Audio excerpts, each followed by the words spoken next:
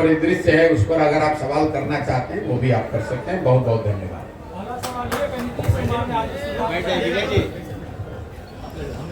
बोलिए,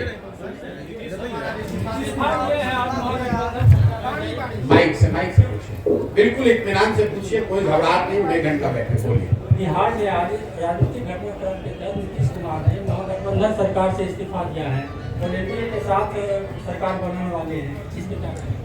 मेरे भाई, अगर आप पिछले 1 साल के मेरे वक्तव्यों को देखेंगे तो शायद एकमात्र व्यक्ति मैं रहा हूं जो कैमरे पर कहता रहा है कि नीतीश कुमार बस कभी भी पलट सकते हैं। आप मेरे कितने भी वक्तव्य उठाकर देख लीजिए, हर जगह हमने कहा है ये नीतीश कुमार की राजनीति का हिस्सा बन गया है। लेकिन आज जो घटना हुई है ये नीतीश कुमार के संदर्भ में नहीं।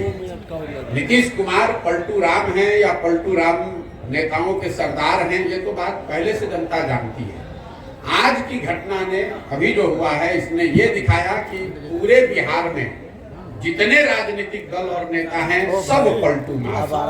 आज ये भी तय हुआ कि नरेंद्र मोदी, अमित शाह और भाजपा वाले भी उतने ही बड़े पलटू मार है जो अभी 2 महीना 4 महीना पहले कह रहे थे कि नीतीश कुमार के लिए बिहार में भाजपा का दरवाजा बंद है। ये पलटू मार पूरी राजनीतिक व्यवस्था है, इसलिए कि कल तक जो नीतीश कुमार को गाली दे रहे थे भाजपा के वर्कर, समर्थक, कार्यकर्ता, आज ही से इनको सुशासन का नया प्रतिमूर्ति बताने लगेंगे। ये पलटू मार व्यवस्था इसलिए है कि आज तक राजद जो उनको सुशासन और भविष्य का नेता बता रही थी, अभी आज शाम होते होते वो फिर नीतीश कुमार को गाली देंगे, उनको शराबबंदी में माफियागिरी दिखने लगेगी, भ्रष्टाचार उनको बिहार में दिखने लगेगा। अभी सुबह तक नहीं दिख रहा था। तो नीतीश कुमार पलटू मार है, ये तो पूरा दुनिया जानता है। अब ये बहस का, ये कोई डिस्कवरी का मुद्दा नहीं है। इस घटना ने ये दिखाया कि नीतीश कुमार ने अपने ही रंग में यहाँ के पूरी राजनीतिक व्यवस्था को रंग दिया है, जिसमें भाजपा और राजद दोनों ही उतने ही बड़े पलटूमार है जितने बड़े नीतीश कुमार है। आगे सर लोकसभा चुनाव है, विधानसभा चुनाव है, तो ये जो घटना हुई है इसका कितना असर पड़ेगा सर? देखिए, लोकसभा के चुनाव के नजरिए से मैंने पहले भी कहा है और कैमरे पर कहा है कि नीतीश बाबू अगर महागठबंधन में लड़ते तो उनको 5 सीट भी नहीं आने वाला था। ये तो लोगों को पता था।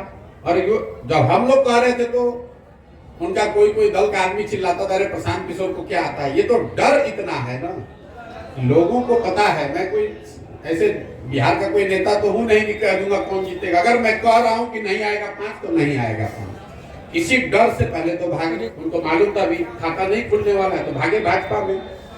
अब इस नई व्यवस्था में जरूर एनडीए के नाम पर, मोदी के नाम पर, भाजपा के लहर में कुछ सीट उनको मिल जाएगा। लेकिन इसके साथ ही एक और आपको भविष्यवाणी कर देता हूं, इसका सबसे बड़ी कीमत इस गठबंधन का भाजपा और उनके दल वाले पे करेंगे विधानसभा के चुनाव में। लोकसभा में नहीं, लेकिन भाजपा को इसकी बहुत बड़ी कीमत चुकानी पड़ेगी आने वाले विधानसभा चुनावों में, क्योंकि जो भाजपा का समर्थक है, जो उनका वोटर है, नेता है, काडर है, आज उसके पास कोई जवाब नहीं है कि आखिर आप जिस नीतीश कुमार को आपने एक बार 2020 में थोपा, तब भी आपके 75 एमएलए थे, इनके 42 थे, आप क्यों नहीं मुख्यमंत्री बने? क्यों नहीं बिहार को सुधारने का जिम्मा लिया? एक बार फिर नीतीश कुमार भागे तो आपने कहा नीतीश कुमार धोखेबाज है, और आज फिर उसी नीतीश कुमार को आप बिहार पर थोप रहे हैं।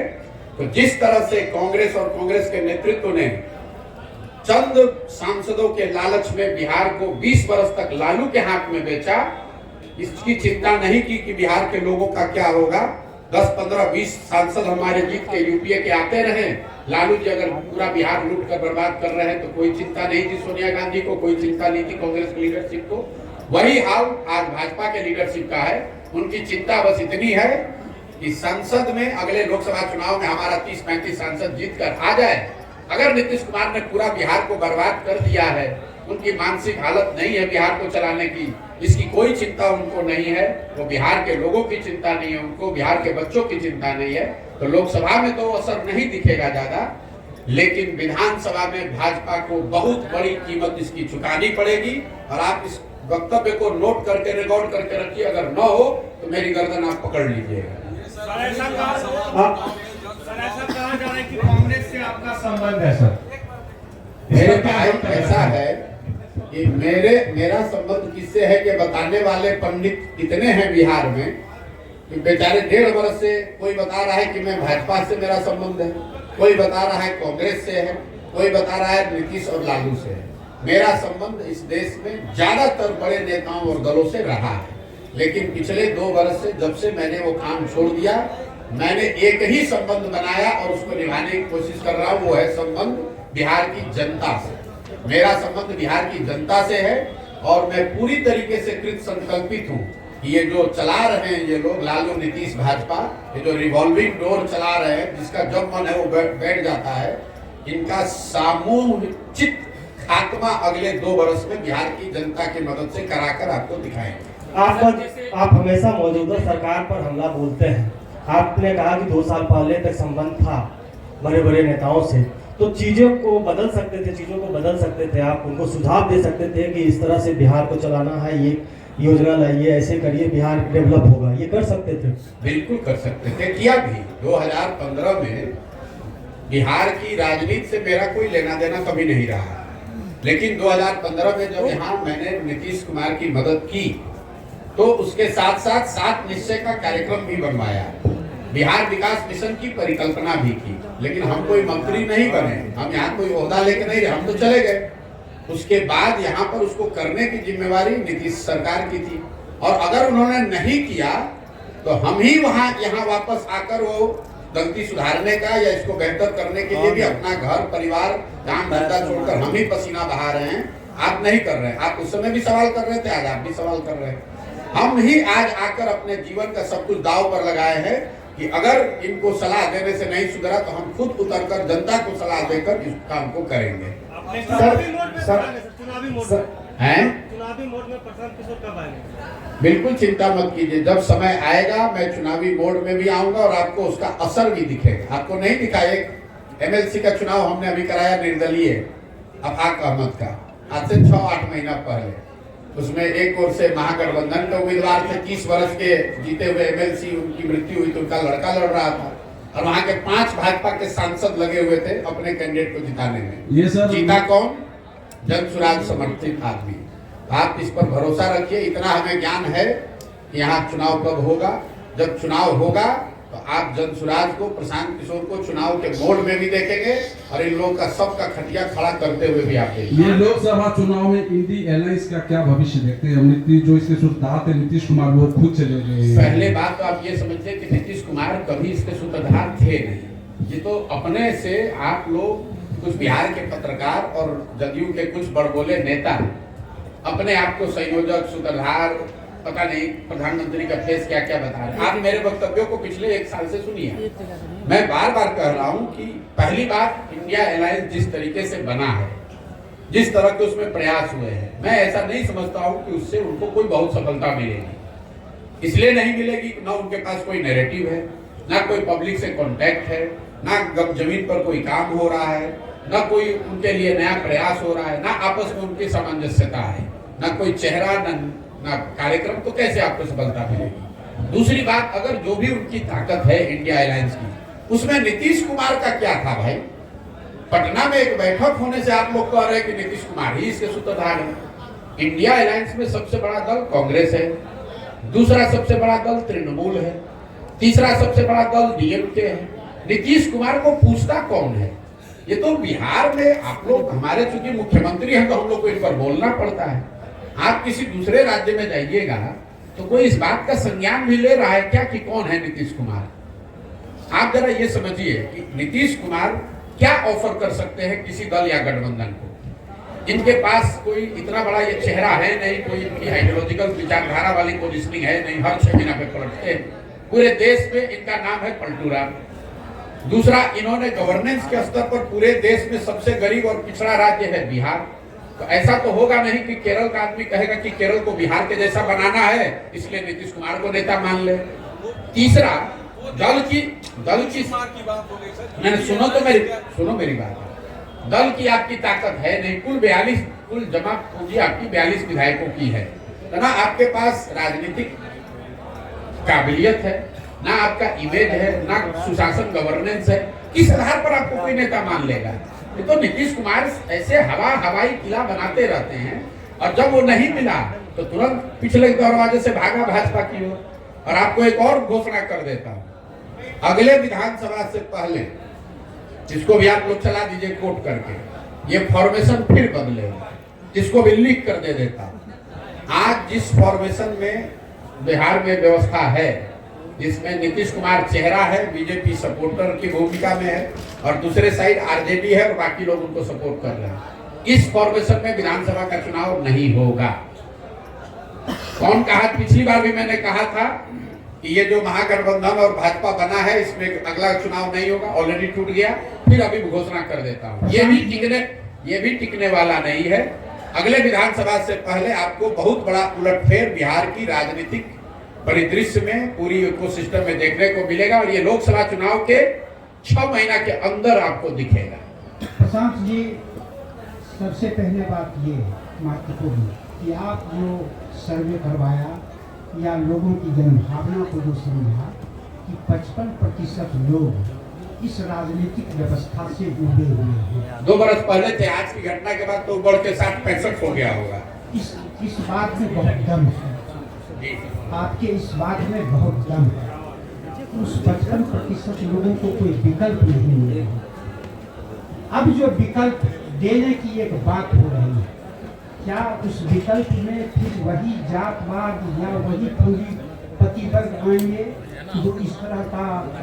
देखिए, विकल्प जो बनाने की बात है, अगर वो विकल्प मैं बनाता या कोई 10, 15, 25, 50 व्यक्तियों का समूह बनाता, कोई जाति विशेष के लोग बनाते, कोई धर्म विशेष के लोग बनाते, कोई परिवार के लोग बनाते, तो आपकी बात सही हो सकती थी। इसीलिए तो ये प्रयास किया जा रहा है कि विकल्प बनाने के लिए मैं जितना बड़ा प्रयास कर रहा हूँ, 2-2.5 बरस गांव पैदल चल के एक व्यक्ति से मिलकर विकल्प बनाने का प्रयास करें, ताकि जब ये नया दल बने, विकल्प बने, तो दल प्रशांत किशोर का ना हो, किसी जाति विशेष, किसी परिवार का ना हो, पूरे बिहार के लोगों का हो, जो लोग पूरी तरीके से इस बात से कन्विंस है, जो आपने कहा, इस बात में दम है कि बिहार में नया विकल्प चाहिए।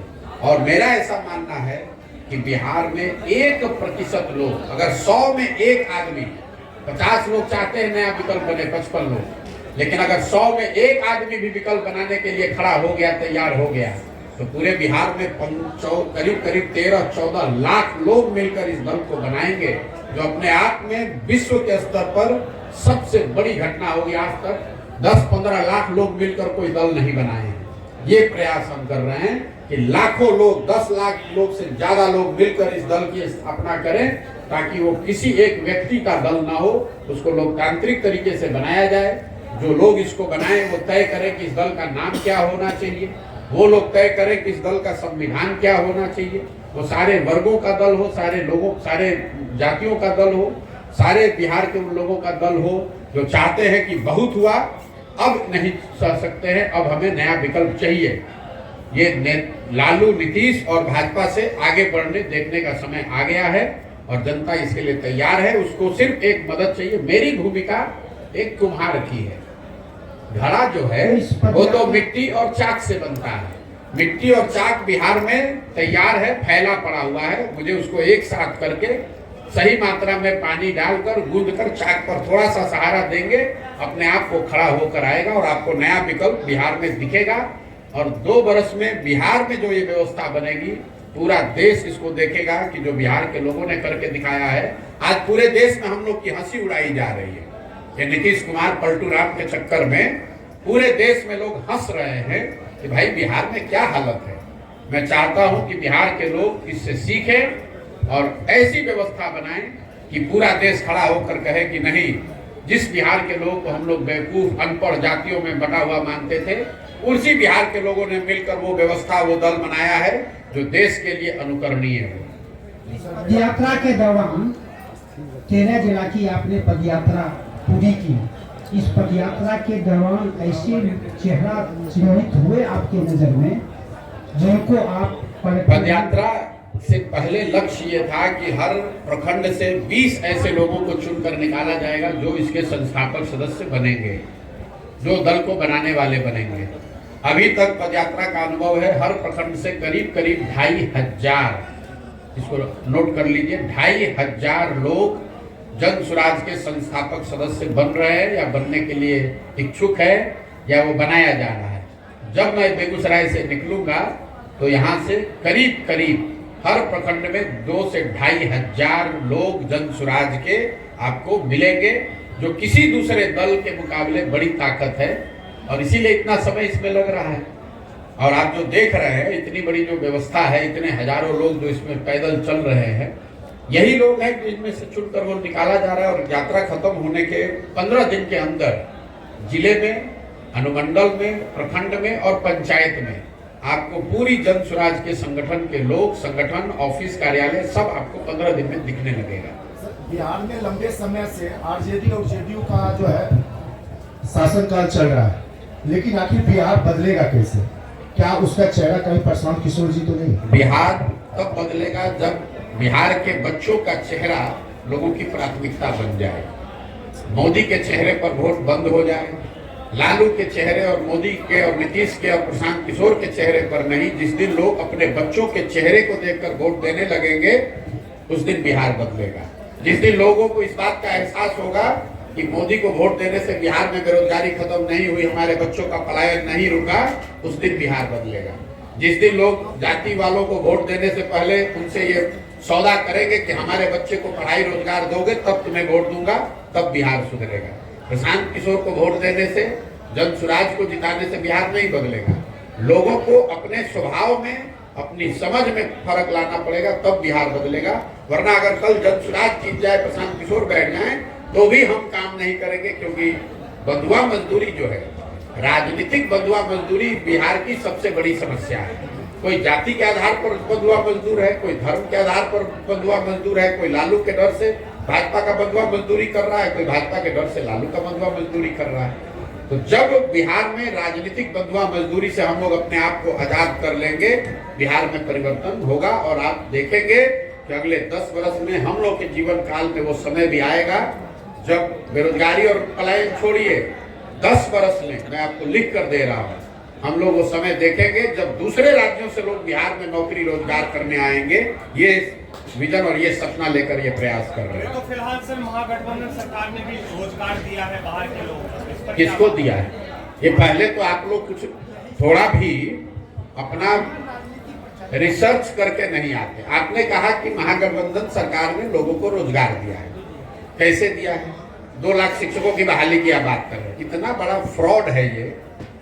इसमें आधे से ज्यादा लोग वो थे जो पहले से शिक्षक थे, वो नियोजित शिक्षक थे, अब उनको राज्यकर्मी बना दिया गया। तो ये नया रोजगार नहीं है। दूसरा, जो नए लोगों को मिला पढ़ाई का साधन, उसमें भी आधे से ज्यादा लोग बिहार के बाहर के लोग। नीतीश कुमार बेवकूफ आदमी खड़ा होकर खुद ही गिना रहा है कि 12-13 राज्यों के लोग आकर यहाँ शिक्षक बने हैं जरा, लेकिन उसकी हिम्मत नहीं है उस सरकार की वो संख्या जारी करके बता दे कि कितने बिहार के नए लड़कों को शिक्षकों की नौकरी मिली है।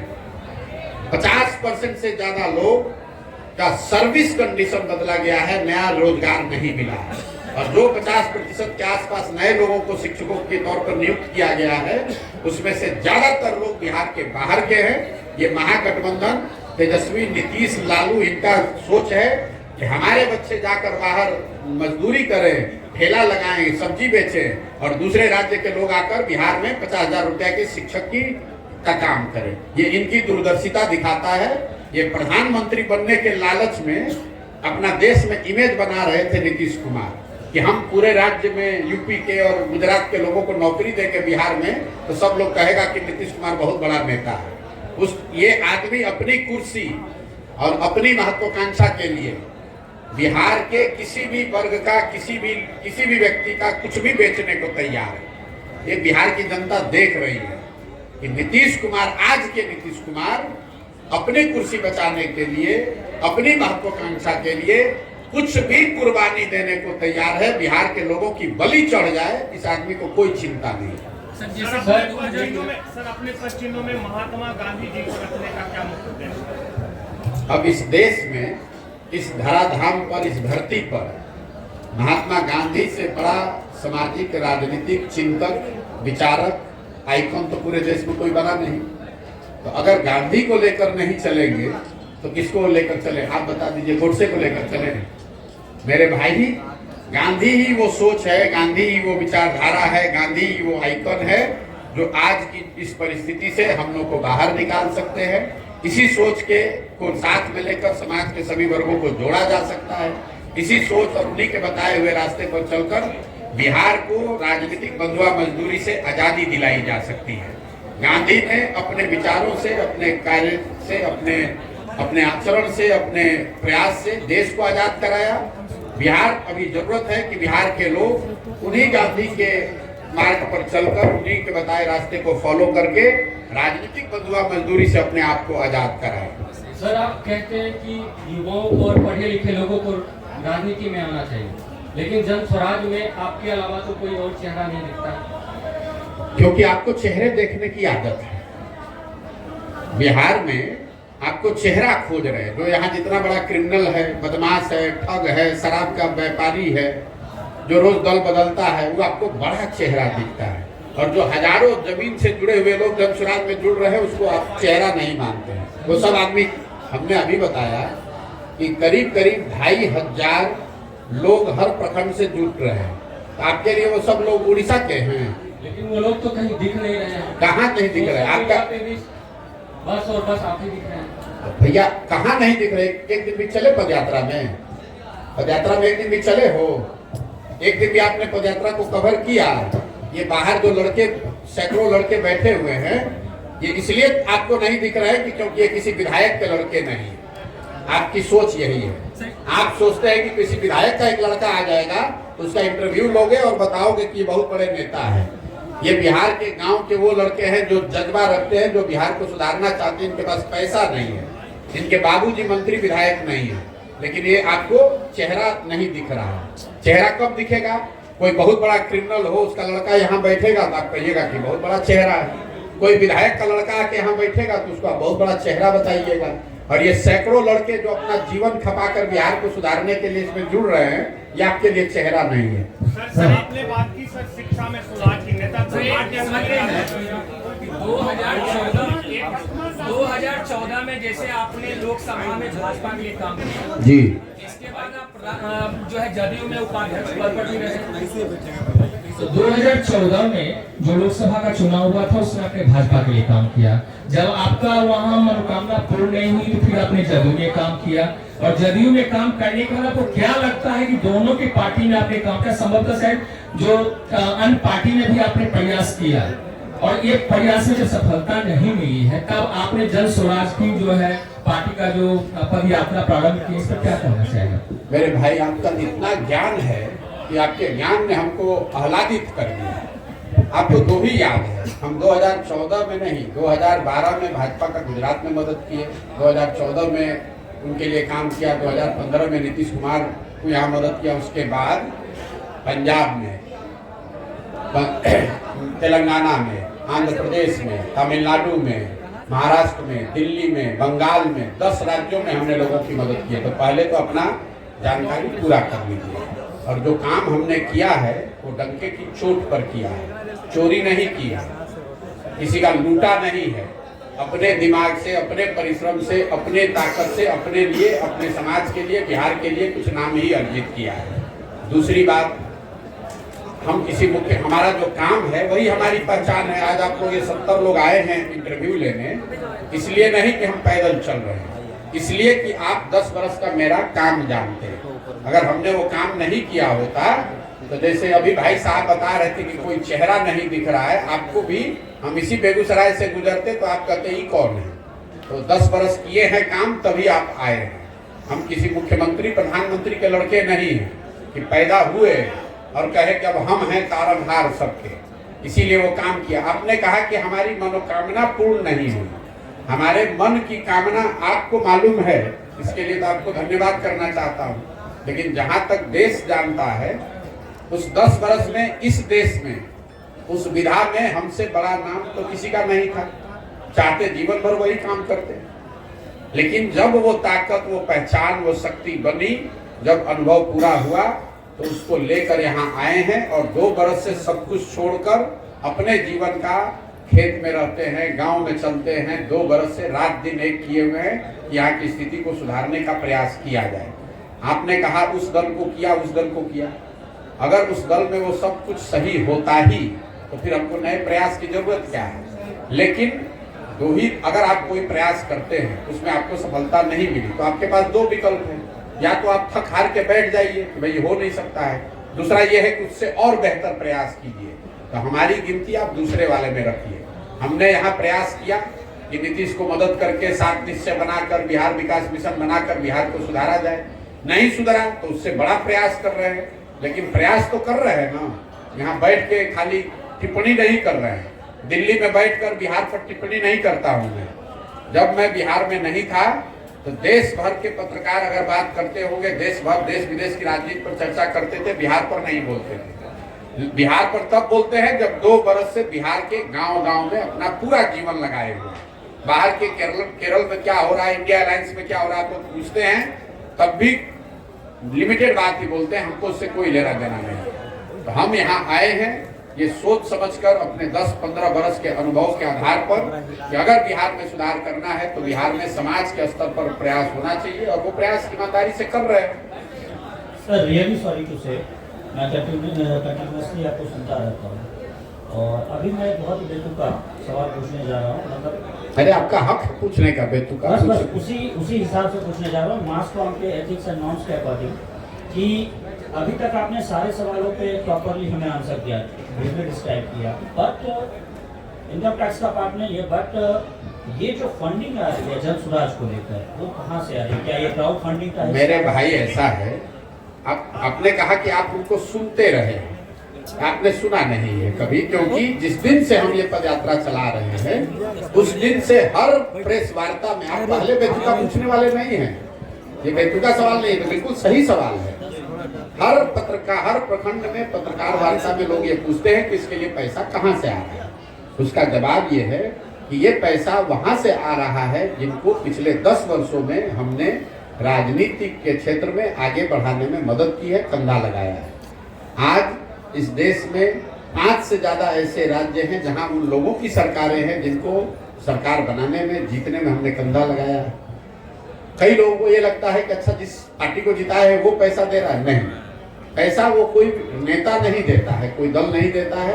लेकिन जिस राज्य में भी आप किसी को सरकार बनाने में मदद करेंगे उस राज्य में सैकड़ों ऐसे लोग होते हैं जो प्रशांत किशोर को जानते हैं, जिनको हमारी समझ पर भरोसा है, जिनको हमारे प्रयासों में यकीन है, लोग वो मदद कर रहे हैं। उन राज्यों में जहां मैंने काम किया पिछले 10 साल में, जहां की व्यवस्था को, सरकार को बनाने में हमने कंधा लगाया, उस व्यवस्था से, उन दलों से, उन नेताओं से जुड़े हुए जो लोग हैं वो लोग पैसा दे रहे हैं और उसी पैसे से ये पूरा अभियान चलाया जा रहा है। सर एक सवाल है, एक बात, आप ये बेतुका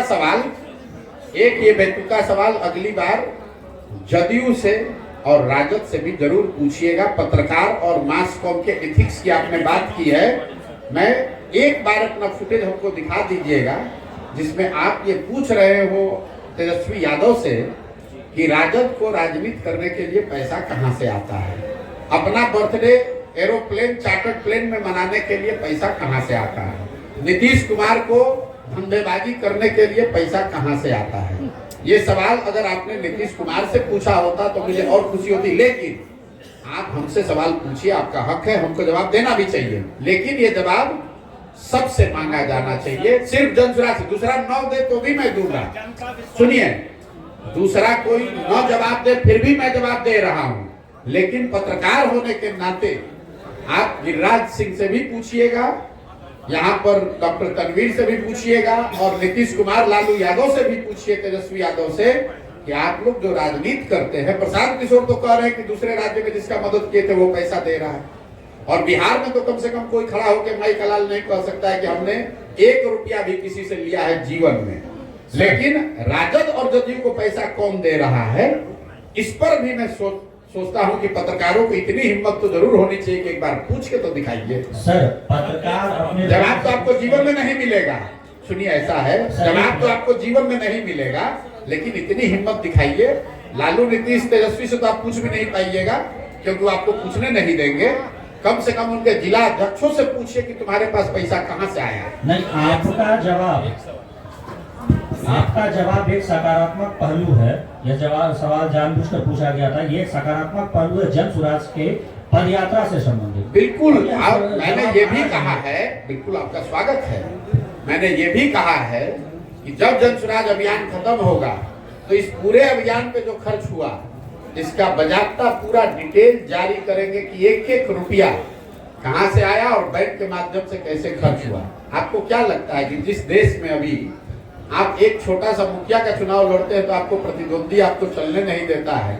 हम आज 16 महीना से इतना बड़ा अभियान चला रहे हैं, हम एक गलती करेंगे ये लोग हमको छोड़ देगा, हमको जिंदा गाड़ देगा। अभी तक उसको कोई उपाय ही नहीं है, उसको कोई उपाय नहीं, क्योंकि उसको मालूम है कि हम पर हाथ नहीं रख सकता। हम आज तक किसी पब्लिक ऑफिस में नहीं रहे हैं, किसी से धंधेबाजी नहीं करते हैं, पैसा नहीं लेते हैं, अपनी विद्वता से अपने अनुभव से लोगों की मदद की है और उनसे कह रहे हैं कि मदद करो। देश के सबसे गरीब और पिछड़े राज्य में लोगों की व्यवस्था, उनकी जिंदगी सुधारने के लिए प्रयास कर रहे हैं, मदद कीजिए और लोग मदद कर रहे हैं। सर एक सवाल है मेरा, आप सर भाई देखिए, आपको पूछना है आप 2 घंटा बैठिए, लेकिन बीच में उठिएगा तो गड़बड़। जब आप जितने देर करना है साथ आपने पद यात्रा की है तो क्या लगता है कि नीतीश कुमार के इतने पलटने के बाद जो जनता नहीं सुधरी, जो वोटर नहीं सुधरे, वो क्या इस बार पलटने पर सुधर पाएंगे? मेरे भाई, ये आपका भ्रम है कि जनता नहीं सुधर रही। आज के तारीख में आप लोग भी पत्रकार हैं, मैं दावे के साथ कैमरे पर कह रहा हूँ कि अगर किसी एक नेता के खिलाफ सबसे ज्यादा गुस्सा बिहार में है तो वो है नीतीश कुमार। आप किसी भी वर्ग से बात कीजिए, किसी सामान्य नेता से, पब्लिक से, उनके अपने सपोर्टर, वोटर और पार्टी के नेताओं से बात कीजिए, हर आदमी नीतीश कुमार के लिए आज अपशब्द और गलत बात कह रहा है। और ये ऐसा मत समझिए कि बिहार की जनता समझती नहीं है। यही नीतीश कुमार हैं 2010 में, इनके नाम और चेहरे पर बिहार की जनता ने 206 विधायक जिताया था। आज यही नीतीश कुमार हैं जिनकी दशा यह है कि 40-42 को विधायक जीता हुआ है और एमपी के चुनाव में हारने के डर से ये आदमी फिर भागकर भाजपा के शरण में गया है कि अगर मोदी जी भाजपा का साथ नहीं रहा तो खाता नहीं खुलेगा। अगली बार लिख लीजिए, अभी पिछले बार घोषणा किए थे कि अगर महागठबंधन में लड़ेंगे तो 5 एमपी नहीं जीतेंगे। अभी लिख लीजिए, अब चाहे किसी गठबंधन में लड़े, भाजपा के साथ भी लड़े, नीतीश कुमार को 20 से कम विधायक अगली बार जदयू को आएगा। अगर नहीं आया तो मैं राजनीति से संन्यास ले लूंगा। इस आदमी को, जदयू को 20 विधायक नहीं आएगा, चाहे वो भाजपा के साथ लड़े, महागठबंधन के साथ लड़े कि किसी के साथ लड़े। बिहार की जनता इतनी बेवकूफ नहीं है, जनता इतनी व्याकुल है आज कि वोट किसी को दिया। ये आदमी पलट के, आप समझिए जनता आज कितना असहाय फील कर रही है, वोट किसी के नाम पर लिया। ये आदमी अपने आप को इतना चतुर समझता है, ये चतुर नहीं है, धूर्त है। नीतीश कुमार निहायत धूर्त आदमी है जो पूरे बिहार के 13 करोड़ जनता को धूर्तता से मूर्ख बनाकर उसको ठग रहा है और इसका पूरा सूद समेत हिसाब जनता अगले चुनाव में करेगी। लोकसभा और खाली छोड़ दीजिए। तो सर आपका नाम आ रहा है सरकार गिराने में। सरकार गिराने में हम बोले थे कि जाकर उधर पलट जाओ। ये नीतीश कुमार इतना धूर्त है, जब महागठबंधन भागे तो कहा कि प्रशांत किशोर भाजपा के एजेंट हैं। आज जितने हमारे मुसलमान भाई हैं, भाजपा विरोधी जो लोग हैं बिहार में, उनको इसका चेहरा पहचानना चाहिए कि आदमी कितना बड़ा धोखेबाज है। सर 25 की भविष्यवाणी लगे रखकर बीजेपी को भविष्यवाणी तब करते हैं, भविष्यवाणी नहीं करते हैं। ये तो आप जानते हैं कि प्रशांत किशोर भविष्यवाणी नहीं करता है। सुनिए मेरी बात, मैंने जीवन में सिर्फ एक बार, बिहार आने से पहले सिर्फ एक बार भविष्यवाणी की थी, बंगाल के चुनाव को लेकर। जब पूरे देश के लोगों ने कहा कि भाजपा को 200 सीट आएगा तो हमने कहा कि इनको 100 नहीं आएगा और 100 से ज्यादा आएगा तो संन्यास ले लेंगे। भाजपा को आया 77। मैंने बिहार में आकर दूसरी घोषणा की कि नीतीश कुमार महागठबंधन में नहीं टिकने वाला, अगर टिक के लड़ेगा तो 5 एमपी नहीं आएगा। महागठबंधन से पहले छोड़कर भाग गए, 2 तो ठीक हो गया, अब तीसरी घोषणा अभी कर देते हैं। जिस फॉर्मेशन में भी नीतीश कुमार लड़े, अगले विधानसभा चुनाव में नीतीश कुमार की दल जदयू को, चाहे भाजपा के साथ लड़े, महागठबंधन में लड़े, अकेले लड़ जाए, 20 सीट नहीं आएगा। अगर आएगा तो ये आप लोग सब रिकॉर्ड कर रहे हैं, नोट करके रखिए। मैं जीवन में अपने काम से संन्यास ले लूंगा। बिहार की जनता के विद्वता पर मुझे इतना यकीन है सर बिहार कि भाई हम जितना घोषणा कर रहे हैं उतने सुनो। सर बिहार में जो जातीय जनगणना हुई है, इसलिए उसको 20 से कम सीट आएगा नीतीश कुमार को, क्योंकि जनता ये सुनिश्चित करना चाहती है कि नीतीश कुमार को इतना कम सीट दो कि कोई गणित लगा के ये आदमी फिर से मुख्यमंत्री न बन जाए। सर बिहार में जो जातीय जनगणना हुई है, बिहार वासियों को कितना इससे क्षति भोगना पड़ेगा, और क्या आप इसे सही मान रहे हैं या गलत? और लोकसभा विधानसभा देखिए नीतीश कुमार, लोग कोई कहता है कि भाजपा जात धर्म का कमंडल का राजनीति करता है, ये मंडल की राजनीति करते हैं। नीतीश कुमार ऐसा चालू आदमी है कि कमंडल और मंडल दोनों की राजनीति करना चाहते हैं। इनको कोई फायदा नहीं होगा। मैंने पहले भी कहा है, जातिगत सर्वे से नीतीश और लालू ने ये दिखाया कि उन्होंने अपना प्रमाण, अपना कीचड़ अपने मुंह पर लगाकर दिखाया कि 30 वर्ष से जिन जातियों के नाम पर वो राजनीति करते रहे हैं, उनके भलाई के लिए, उनके बेहतरी के लिए इन दोनों लोगों ने कुछ नहीं किया है। अगर उनकी हकमारी हुई है, जो कि आंकड़ों में दिख रहा है, इन्हीं के आंकड़ों में दिख रहा है, वो हकमारी किसने की है? पिछले 32 साल से तो लालू और नीतीश ही सत्ता में है। इन्होंने उनको कोई जगह नहीं दी, उनको कोई विभाग नहीं दिया, उनको संसाधन नहीं दिए, उनके बच्चों के पढ़ाई की व्यवस्था नहीं की, उनको रोजगार नहीं दिया, उनके नाम पर राजनीति की, उनके राजनीति पर कुर्सी पर बैठे। तो जनता उसको देख चुकी है। और अगर अभी तक जो लोग बता रहे थे कि जातिगत सर्वे इतना बड़ा मास्टर स्ट्रोक है कि नीतीश कुमार ही उससे, तो इनको भागने की जरूरत क्या पड़ी? हम तो ये बात पहले से घोषणा कर रहे हैं कि जातिगत सर्वे का इनको नुकसान होगा, क्योंकि सब ने देख लिया कि तुम जाति की बात करते हो, जाति की गणना करते हो, उसके लिए करते कुछ नहीं हो, मलाई मारते हो तुम और लालू जी। इसलिए भैया अगर इनको दम था तो अभी फिर सरकार बनाए हैं। किसी मुसलमान को बना दे होम मिनिस्टर, किसी अति पिछड़े को बना दे होम मिनिस्टर। तो कह रहे सर आप ही के इशारा पे तू तो बकवास कर रहे हो यार। मैं ये कह रहा हूँ कि अभी सरकार भाजपा, अभी तो लालू जी के साथ बनाए तो उसमें तो हक नहीं दिया। अब अगर भाजपा के साथ बनाए हैं तो अति पिछड़ों को, दलितों को नीतीश कुमार अपने पार्टी के किसी अति पिछड़ा को होम मिनिस्टर बना दे। मैं चुनौती दे रहा हूँ, किसी अपने पार्टी के दलित महादलित साथी को फिनांस मिनिस्टर बना दें, शिक्षा मंत्री बना दें। हम देखते हैं, अगर चुनौती दे रहे हैं, अगर बना दे तो मान जाएंगे। बहुत बहुत धन्यवाद।